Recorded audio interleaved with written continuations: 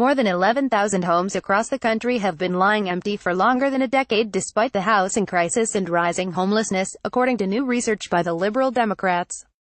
The data was collected through Freedom of Information requests to about 275 councils, which showed 60,000 properties had been empty for 2 years or more, 23,000 for 5 years or more, and over 11,000 have stood empty for at least 10 years.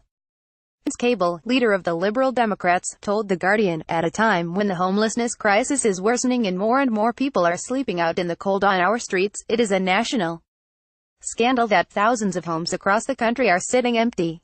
Government data suggests about 200,000 homes have been empty for 6 months or more, but information on longer-term vacant properties is not routinely published.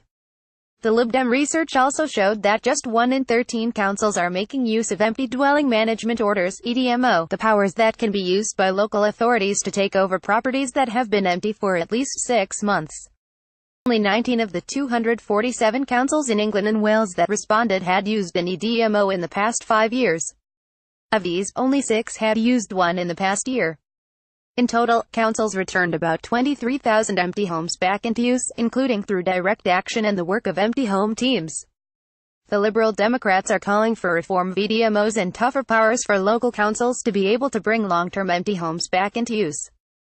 These homes could be turned into affordable places to live for some of the most vulnerable people in our society. The government needs to urgently review the current system, which is clearly not working. Cable said, councils need to be given the powers and resources to bring empty homes back into use. This must form part of a wider package to tackle the housing crisis, including building more homes on unused public sector land and clamping down on land banking. The areas that responded with the largest number of homes empty for 6 months or more were Durham with 6,500, Leeds with 5,724, Bradford with 4,144, Cornwall with 3,273 and Liverpool with 3,093. The government announced at the budget that it would try to encourage owners of empty homes to bring their properties back into use by allowing local authorities to increase the council tax premium from 50% to 100%. However, the charity Empty Homes said at the time that the council tax increase would do little to deter those buying properties as investment, as, for a very wealthy buyer spending millions, 100% council tax is not really enough of a disincentive. The charity said it would be more helpful if the government carried out a review into why overseas buyers kept their properties empty.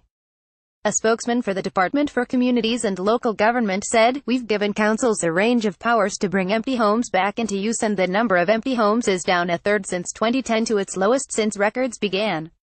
At the same time, we are implementing the major changes to law and investing over £1 billion to 2020 to tackle homelessness and rough sleeping." After the Grenfell fire, data accidentally released by Kensington and Chelsea Council revealed a string of oligarchs, foreign royalty and multimillionaire businesspeople as the owners of vacant properties in the borough where the deadly disaster left scores of people homeless. Owners of the 1,652 properties listed as unoccupied by Kensington and Chelsea Council included a Ukrainian billionaire fighting extradition to the U.S., a former mayor of New York, a high-profile luxury property developer and a senior television executive.